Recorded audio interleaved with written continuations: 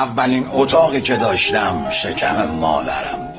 اولین غذایی که خوردم شیر مادرم بود. اولین تختی که روش خوابیدم پاهای مادرم بود. اولین آهنگی که شنیدم لالایی مادرم بود. اولین عطری که بو کردم بوی تن مادرم. اولین پناهم آغوش مادرم بود. اولین معلمم مادرم بود.